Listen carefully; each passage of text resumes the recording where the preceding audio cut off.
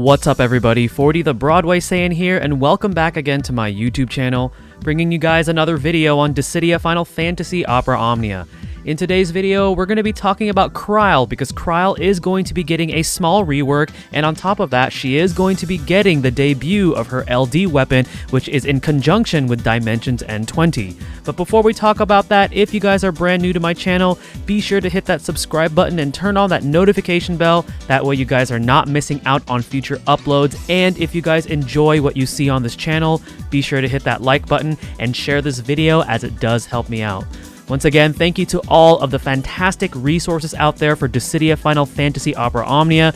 Be sure to check them out in the links that I always leave down below in the video description, as well as the pinned comments, because I also want you guys to do your own research on these characters and these weapons, so then that way you guys can decide if these characters are worth it for your roster and your resources. And last but not least, thank you once again to all of the rest of the DFFOO content creators and those of you that create those guides, spreadsheets, just to further enhance the experience for this game. Without further ado, let's go ahead and talk about KRILE's rework and the debut of her LD weapon.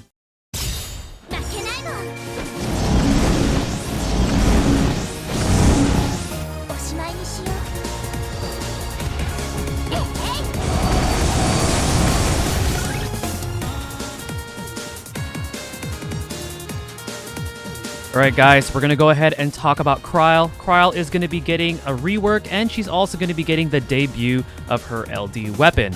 Now, as far as her rework goes, it's more so quality of life upgrades, because this is the second rework that she is getting, because she did get one before this, I believe when the Ultimate Trials Leviathan first came out, when she got her EX realization. But for this one, it's going to be just a little bit more oomph to both her Skill 1 and Skill 2. So to start things off, her Ray of Hope gets 2 more additional uses. As you could see, we have 8 total uses now for the skill.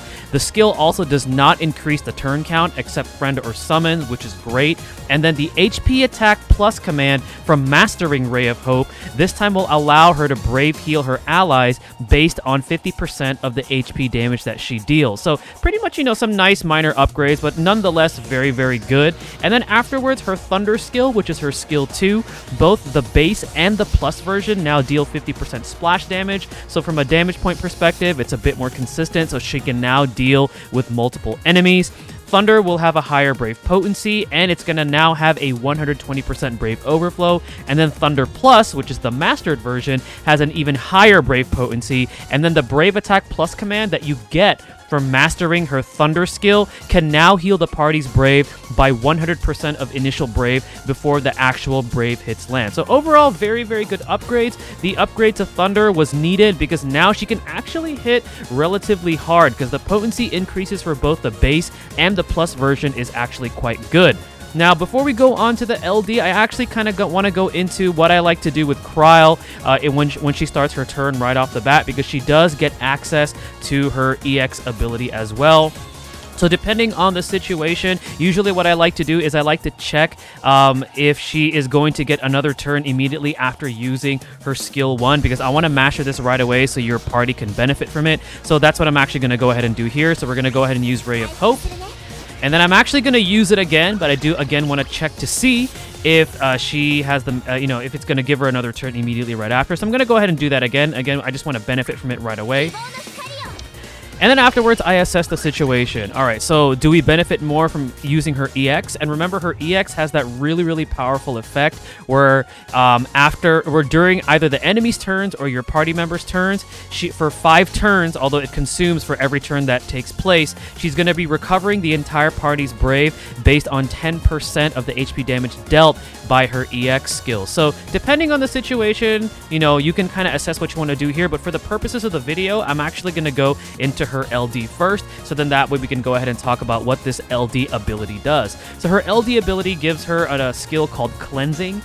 When you first max limit break this LD weapon, she is going to be permanently increasing her own max Brave by 60% and her own attack by 90%. The skill itself has 3 total uses when you have it max limit broken. It's also going to allow you to have the party start off with 60% elemental weakness damage up for 6 turns, and also 50% attack up to Krile for 6 turns. So you get that at the start of the quest. And then afterwards, with LD extension boards as well, Krile will be delivering a 4-hit AoE Thunder Magic Brave plus AoE HP attack executed 3 times. So you get 3 HP dumps off of that. It has increased Brave damage to a single target. The overflow on this is kind of low at 120%, but at least you get 3 HP dumps. It deals split HP damage. It also heals the party's Brave by 10% of the HP damage that it deals. And then afterwards, it inflicts Thunder Imperil on all targets for 4 turns after the first HP attack. So you inflict Thunder Imperil after the first HP attack.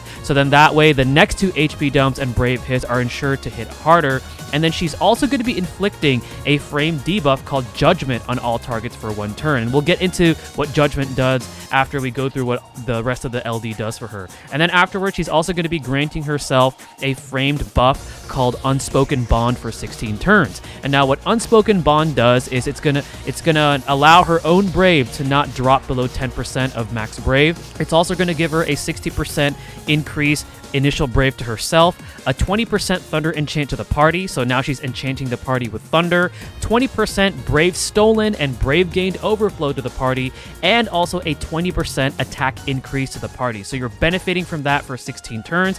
And then afterwards, that debuff called Judgment. So Judgment is going to be lowering the enemy's defense by 30%. It's going to inflict Thunder Imperil as well. And then when that debuff expires, it's going to be triggering a trap attack. And what this trap attack does, it's going to be healing her own Brave by 100% of initial Brave, and then it's going to be dishing out a 4-hit single target Thunder Magic Brave plus a single target HP attack. This has a 150% Brave overflow. It's going to be healing the party's Brave by 20% of the HP damage that it deals, and then it's also going to be inflicting paralysis on that target for 1 turn. This cannot initiate a chase or a launch sequence, but that paralysis and also the additional damage that it deals is pretty valuable if you ask me. Now, as far as call abilities goes, for Krile's base call, she's going to be using Ray of Hope. After she uses it, the benefits that you get from it is she's going to be granting the party the 60% elemental weakness damage up for 6 turns. And then her LD call, she's going to be using Cleansing. She's going to be inflicting that Thunder Imperil on all enemies for 4 turns and Judgment on all enemies for 1 turn. And then she's also going to be granting the party a 20% Thunder Enchant, 20% Stolen and Gain Brave Overflow, and 20% attack increase for 6 turns. So we're going to go ahead and use Judgment here. I want to get that paralysis off. This is how it looks. There you go. Very, very good. And as you can see, if you guys can tell right here, I'm going to highlight this boss here, that there's the frame debuff. It is a trap debuff called Judgment, and when that expires, it is going to inflict paralysis on that target. So very, very good debuff. So with Lightning, we're just going to go ahead and do this. And then afterwards, we'll get into, you know, what my overall thoughts are about Krile and things like that. But she's a pretty good unit. I really do like her. You know, the call itself is very strong, and the LD ability itself is really good, and she can now hit relatively hard with her actual skills, especially Thunder. She gets a really high Brave potency increase on Thunder, so she's actually able to deal a significant amount of damage. Now, as far as recommended artifact passives goes, it's pretty simple for Krile.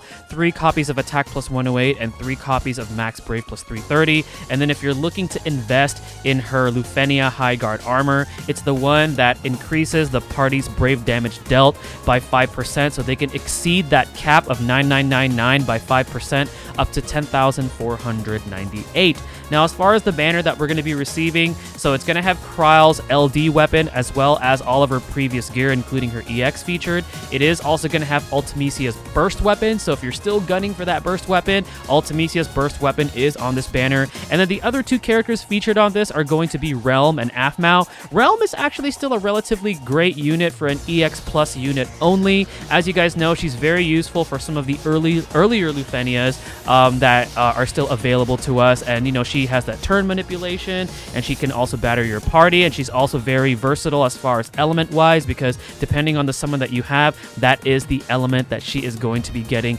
with her skill 1.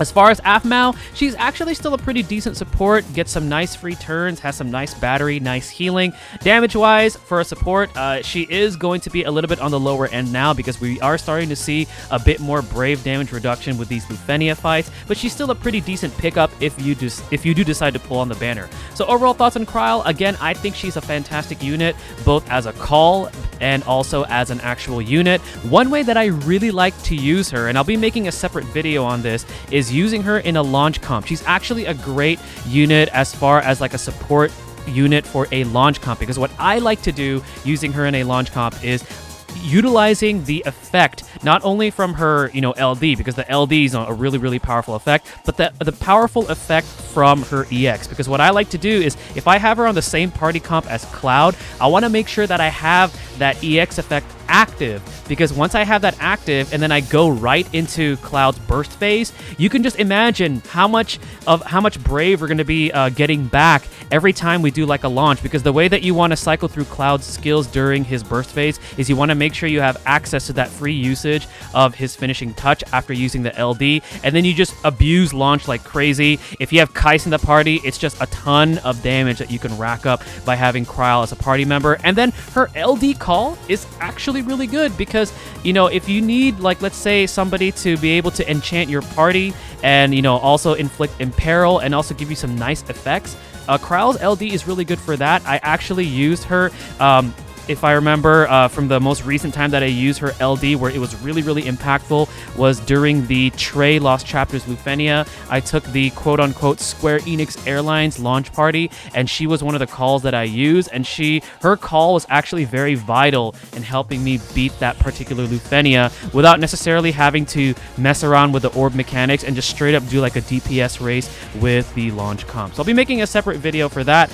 but all in all, I do think Kryle is a really fantastic character, whether you're going to be using her as a party member or you're going to be using her call. She's really good. She has really nice mechanics in keeping your Brave topped off, and I think she's a very solid unit to have. Again, it's all about how your resources look at this point. Like I said at the beginning of Ultimecia's burst release, it's going to be a very hard month for resources because her burst release is going to be featuring, well, now 6 LD weapons, because we had that surprise Global First Vincent LD that just recently came out. So take a look at your resources. If you find yourself, benefiting fully from a unit that can provide Enchant Imperil as well as Paralysis with a powerful trap debuff, as well as really powerful battery effects, then maybe Kryle is the unit for you. But remember, it's all dependent on what your needs are at this point and how your party comps look. Alright guys, well this is going to go ahead and conclude my video for Kryle's LD debut, as well as her rework that she is going to be getting. Hopefully this video helps you guys out. Thank you guys again for watching. Stay tuned for my next video, and mahal guys.